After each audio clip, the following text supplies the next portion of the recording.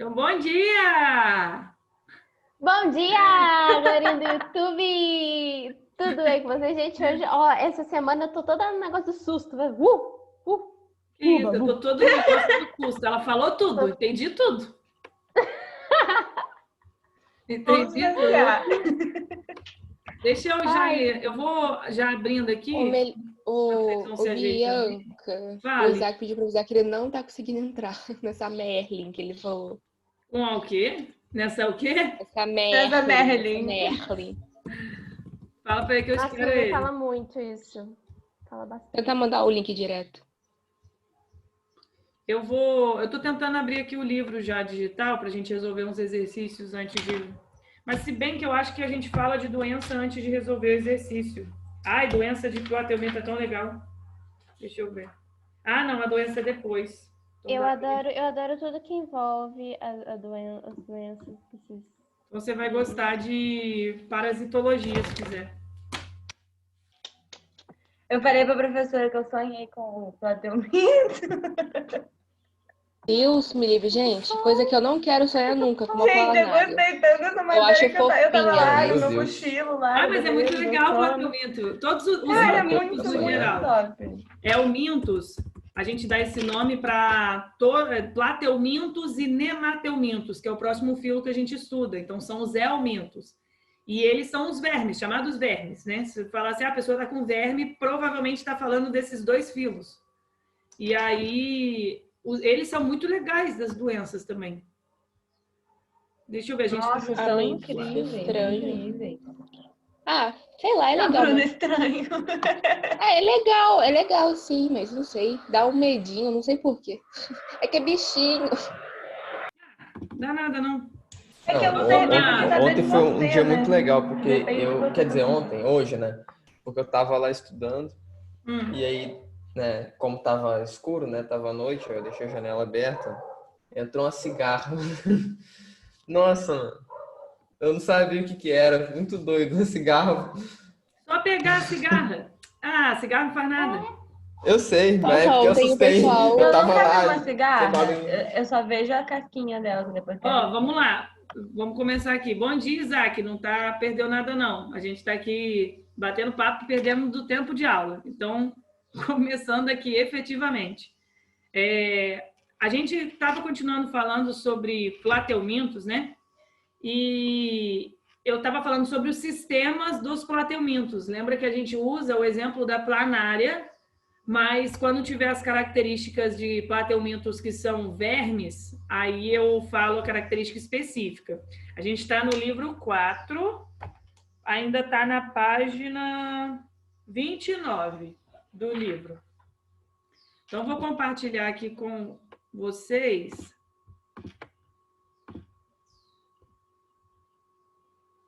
Aqui. A gente, só para voltar, para lembrar, lembra que em relação a sistemas, a gente falou que não tem um sistema respiratório, que a respiração acontece através da pele, né, entre aspas, assim, do animal, que é a superfície cutânea, né, então por difusão os gases entram e saem, mas o sistema excretor, os plateumintos já apresentam uma das principais células que aparecem caracterizando o grupo, que são as chamadas células flama. E você vai achar uma rede de tubos cheio dessas células flamas, como a gente consegue ver aqui na imagem. Tem, tipo, como se fossem várias ramificações. Aí, se você der um zoom, você vai achar células flamas. O líquido que tem, o fluido que está dentro desse animal, vai passar para dentro dessa célula. E lá dentro é como se fosse filtrado, sabe? Porque tem um movimento de cílios nessa célula. E aí, o que é para ser reabsorvido é reabsorvido, o que é para sair, sai pelos poros, tá vendo? Tem um duto coletor e tem um poro na superfície do corpo. Na verdade, vários, né? Distribuídos aí ao longo do corpo. Então, essa é a célula que eu falei que se a gente fosse fazer uma comparação, é como se começasse a surgir células responsáveis para uma função tipo dos rins. Mas isso daqui ainda não é rim de jeito nenhum, tá? Isso daqui é muito primitivo.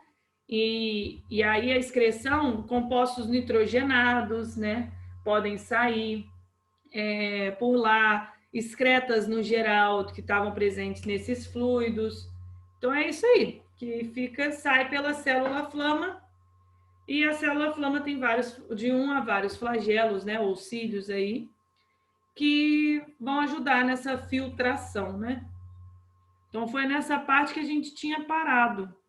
Isso está falando da célula flama, bem na página 29 mesmo, tem uma imagem, dá para ver o tubo de flagelos, e aí tem até uns outros nomes, né, que esses poros chamados nos plateumintos são os nefridiósporos, nefridióporo, tá? Só que não precisa se prender nesse nome, não, é só você saber que tem um poro ali, tá? Ô, professora, a gente lembra aquela tabela que você pediu pra gente ver naquele vídeo, que era super legal? Então, naquele caso, a célula principal dos plateumintos seria a célula flama. Isso aí. É o que mais aparece. Igual, lembra que porífero era o coanócito, o quinidário era o quinidócito ou quinidoblasto, e quando a gente fala dos plateumintos, já seria a célula flama. Beleza. Okay? Aí, vamos falar sobre os sistemas, né? Continuando. Sistema nervoso, você já começa a ter uma cefalização. O que eu quero que vocês entendam como cefalização? Que é tipo formação como se fosse de uma cabeça, com um sistema nervoso na cabeça, sabe? Isaac, a função da célula flama seria de filtrar assim, ó, dá uma olhada nessa parte.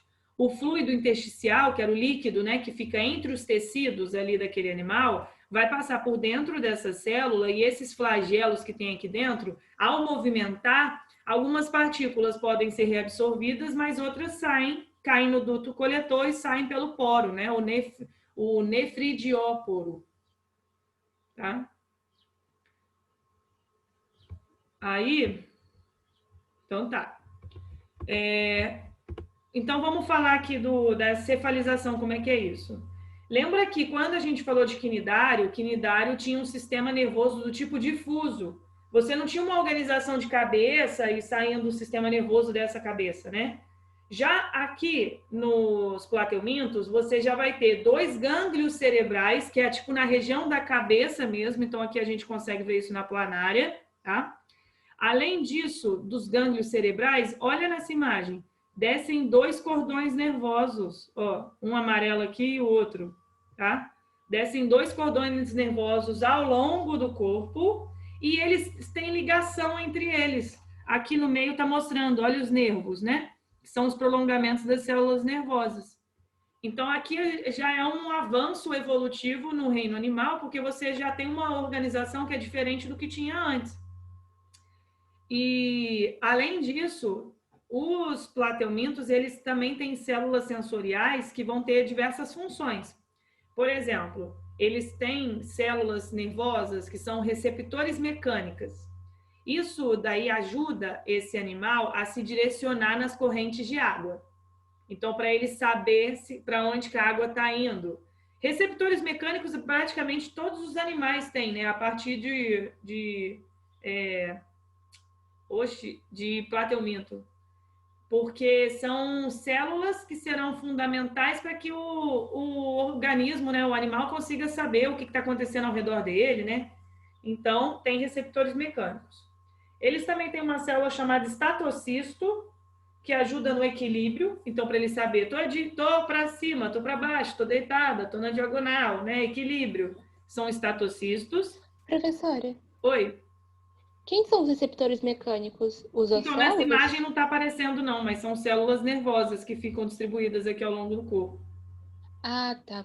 Beleza. Bom, igual dos estatocistos, também não estão mostrando, não. Aqui na imagem, o que está mostrando de célula sensorial são só os ocelos, que é o que a gente acha que parece um olhinho na planária, mas, na verdade, são células fotorreceptoras.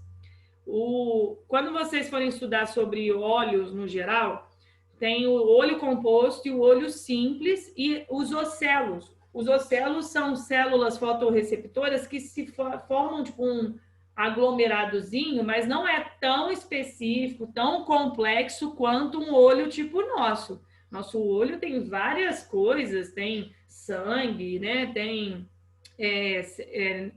neurônio, né? Não é neurônio, tipo a finalização da terminação nervosa, enfim, ele é muito mais complexo. Então, o ocelo, imagina que são células que elas conseguem perceber a incidência de luz.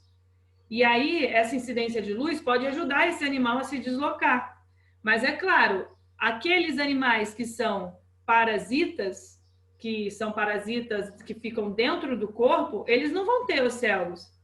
Ele não tem nem necessidade disso, né? Mas é claro que, ó, quando eu falo assim, não tem necessidade, aí ele não tem o olho. Isso daí seria lamarquismo. Isso daí vocês vão estudar no ano que vem.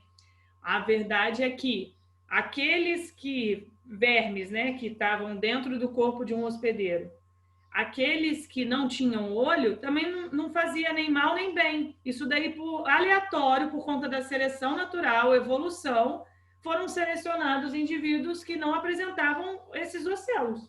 Então, por evolução mesmo, tá? Não é porque é necessário, não. Mas se você for parar para pensar, lá dentro do intestino, quando uma tênia está presa lá no intestino, se ela tivesse ocelo, não teria muita função para ela, sabe? Então, isso daí foi a evolução, a seleção natural atuando, selecionando indivíduos com características favoráveis para aquele momento. E aí, uma coisa importante em relação a esses ocelos é que eles têm a chamada fototaxia negativa. Isso quer dizer que eles fogem de luz também. Então, não gostam de luz. Então, é bom ter as células fotorreceptoras, né, para justamente fugir. E, além disso, eles também têm células sensoriais, que são as táteis e as quimiorreceptoras. As táteis para perceber o ambiente e as quimiorreceptoras para sentir substâncias químicas. Então, pelo próprio nome, a gente consegue deduzir, ó, fotorreceptora, luz, quimiorreceptora, substâncias químicas. Tudo bem? Alguém tem alguma dúvida?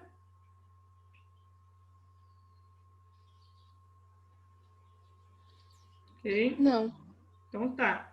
Porque esse daí, o que é mais importante de sistema nervoso para vocês saberem é essa parte da cefalização. Começo da cefalização, tá? Ô, professora. Oi. Você pode explicar de novo essa parte da cefalização? É só porque quando o sistema nervoso nesses animais ele foi organizado de uma forma que gânglios já estão saindo da região como se fosse da cabeça. Então, por isso que a gente fala que é um começo da cefalização. Porque nós temos o sistema nervoso do tipo central, né? Do tipo central organizado, né? Tipo, a gente tem central e periférico, mas a gente não tem ele difuso, igual era lá nos quinidários.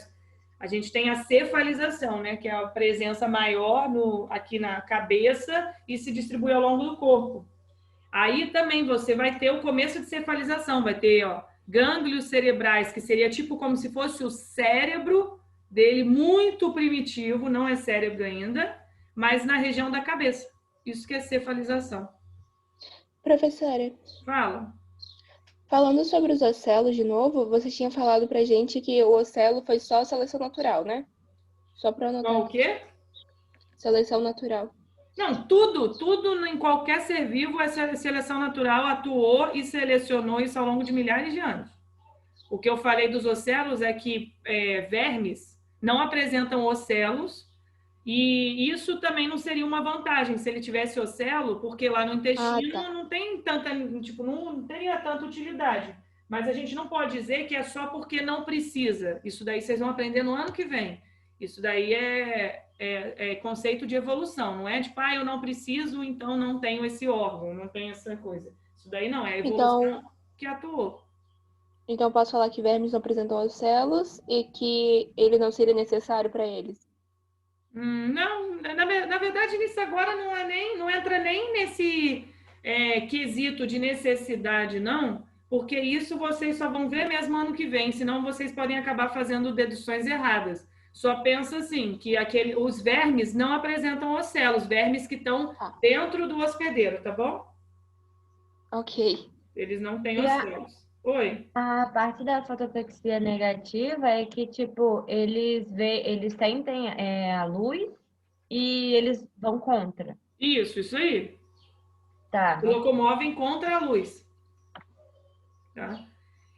Isaac, eu vou colocar no Escola Web Sim, tá? Eu vi sua mensagem. Tá, os receptores mecânicos, Isaac, só são células nervosas que estão distribuídas ao longo aqui do corpo do animal, que ajuda ele a ter noção da direção das correntes de água. Porque esse animal é mais aquático, encontrado em ambiente com água, assim, né? Ou um amigo meu já encontrou planária na terra, mas sempre em locais úmidos. Então, ele consegue ter noção de água. Receptor mecânico, até a gente tem receptor mecânico.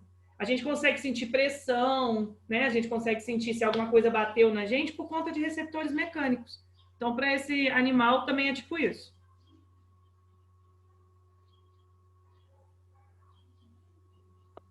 Ó, então, vou prosseguir aqui. Olha essa imagem aqui mostrando como que é um gânglio cerebral e olha o ocelo, que parece o olhinho, né? Quando a gente vai ver, olha a parte que é fotossensível e tem células com pigmento. Então, já é tipo um comecinho de olho, né? Mas um olho bem mais simples. E aí os nervos, ó, o cordão nervoso, o gânglio cerebral, o cordão nervoso e vários nervos atravessando, né? Essas células com pigmento é para quê, prof? Para formar imagens mesmo. Só que a imagem não é igual a nossa, né?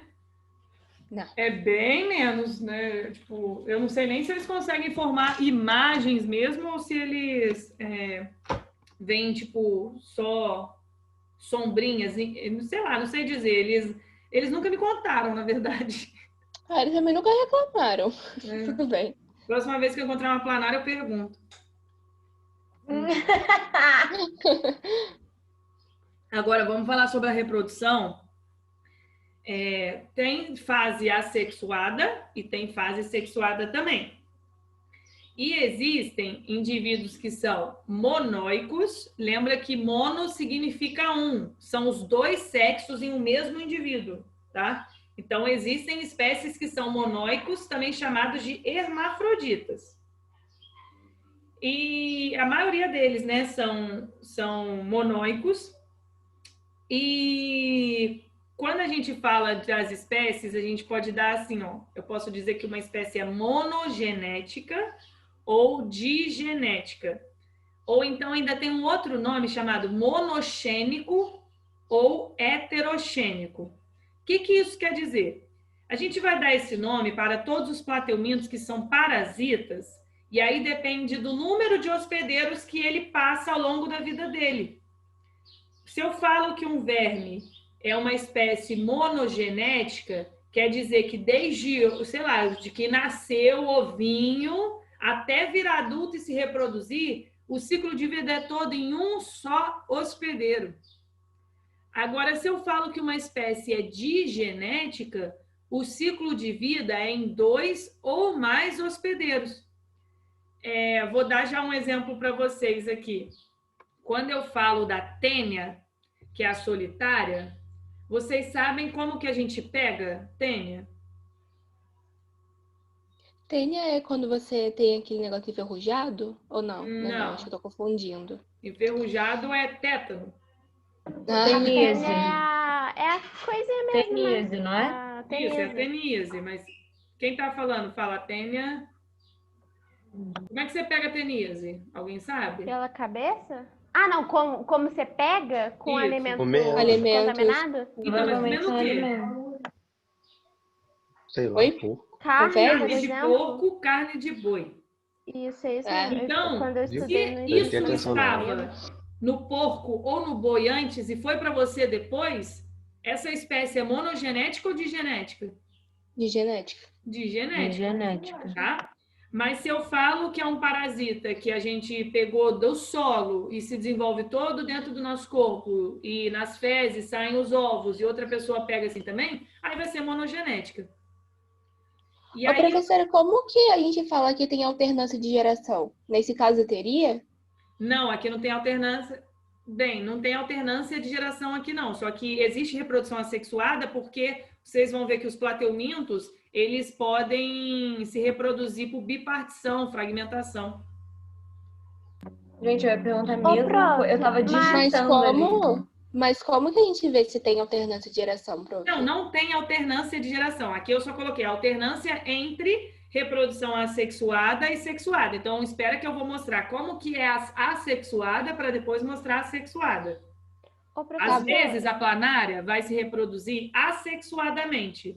Às vezes, a planária vai se reproduzir sexuadamente. Da mesma forma que uma planta também, sabe? A planta produz os esporos dela e, às vezes, ela se reproduz lá com grão de pólen. Isso daí, ela está se reproduzindo assexuada ou sexuadamente. Agora, quando que isso vai acontecer?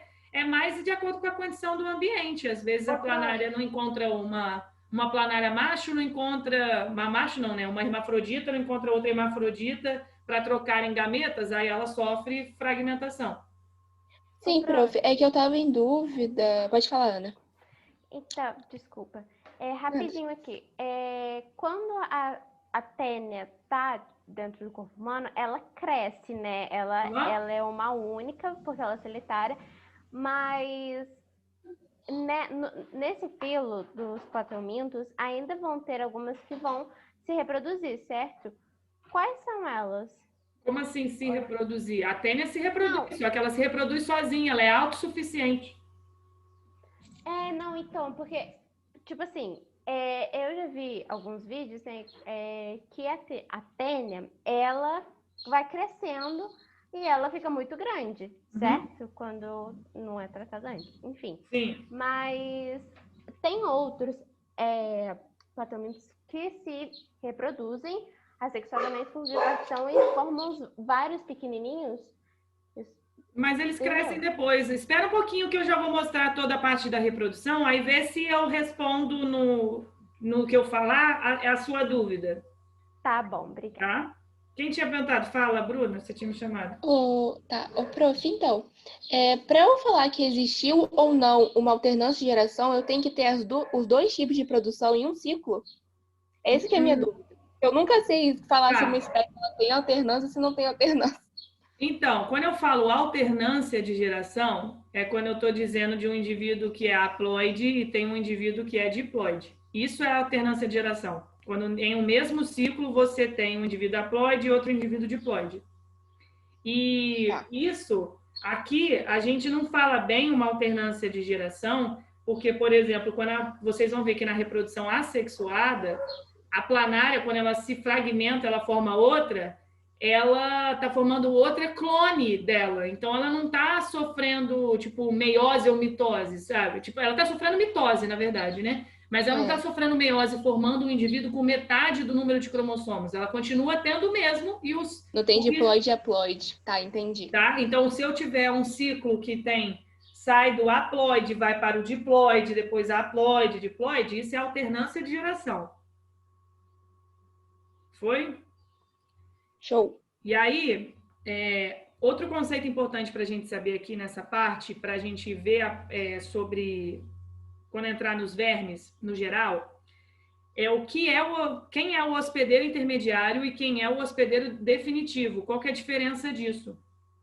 O hospedeiro intermediário, ele sempre vai ser aquele que vai abrigar uma fase de vida de algum micro-organismo ou, tipo, por exemplo, protozoário ou um verme, tanto faz, que está abrigando uma fase que se reproduz assexuadamente ou uma fase jovem, tipo uma larva, os estágios larvários. Agora, um hospedeiro definitivo, dentro dele, você vai achar a fase de vida daquele parasita que se reproduz sexuadamente e está na fase adulta. Então, tem essa diferença. Vocês vão ver que no ciclo, quando eu falar da tênia, vocês vão ver que no porco e no boi, eles são hospedeiros intermediários, porque se você for olhar, eles vão ter a larva da tênia dentro deles, que é a fase imatura. Agora, quando você for ver o ser humano, ele é o hospedeiro definitivo, porque ele tem a fase adulta e reprodutora sexuadamente. Dá uma olhada aí e vê se alguém tem alguma dúvida nesses dois conceitos. O intermediário abriga a forma jovem e a reprodução assexuada, né? Só para Isso. o... Tá bom. E assexuada. E aí o hospedeiro definitivo, a sexuada e a forma adulta. Já vou falar da planária, tá? Da planária e da tênia, Isaac. Depois eu falo aqui com vocês. Não se reproduz dentro do porco, não, tá? Mas eu já falo. Então, olha só. Eu quero mostrar para vocês. Deixa eu ver se eu coloquei aqui. Isso aqui é só uma imagem para mostrar tanto como que é uma reprodução. Isso aqui é um tipo de reprodução sexuada que eu vou mostrar depois de novo. Mas olha como que é uma planária. A planária, ela tem ovários e testículos. Lembra que ela é monóica, então ela é hermafrodita. Só que ela não se autofecunda. Para fazer a reprodução sexuada, uma planária encontra com a outra e o poro genital de uma em contato com a outra troca espermatozoides entre si. E aí depois cada planáriazinha sai gravidinha e coloca esse casulo, principalmente pendurado em folhas, e desse casulo vão sair várias planárias jovens, pequenininhas. Então isso daí é tipo um tipo de reprodução sexuada, troca. Essa troca, deixa eu até ver se eu coloquei aqui, depois eu falo aqui com vocês. Essa troca é uma cópula cruzada, tem troca de gametas. Então, eu já até falo aqui logo de uma vez, ó. Cópula cruzada, essa é a postura do acasalamento. Então, cada planária tem pênis, tá, gente? Olha que loucura. A planária tem pênis. Introduz o pênis no poro genital do parceiro. Tem trocas de espermatozoides. Os zigotos, né, já fecundados, vão se juntar dentro de uma cápsula, um casulo, que fica penduradinho normalmente em folhas próximos de água. E depois vão sair várias planáriazinhas pequenininhas, tá? Jovens. E olha o detalhe, desenvolvimento direto. Isso quer dizer que não tem fase de larva. Como é que eu sei quando tem desenvolvimento direto ou indireto? O indireto tem fase larval. O direto não, ele não tem larva. O indivíduo nasce do mesmo formatinho que é o adulto, mas o aparelho reprodutor ainda não está bom para se reproduzir e ele é pequeno. Aí ele acaba crescendo. Por isso que tá vendo, planárias jovens são pequenininhas, mas elas vão crescendo e elas têm o mesmo formato do adulto. Então, se não tem fase de larva, é desenvolvimento direto. Ok? Só a planária, prof?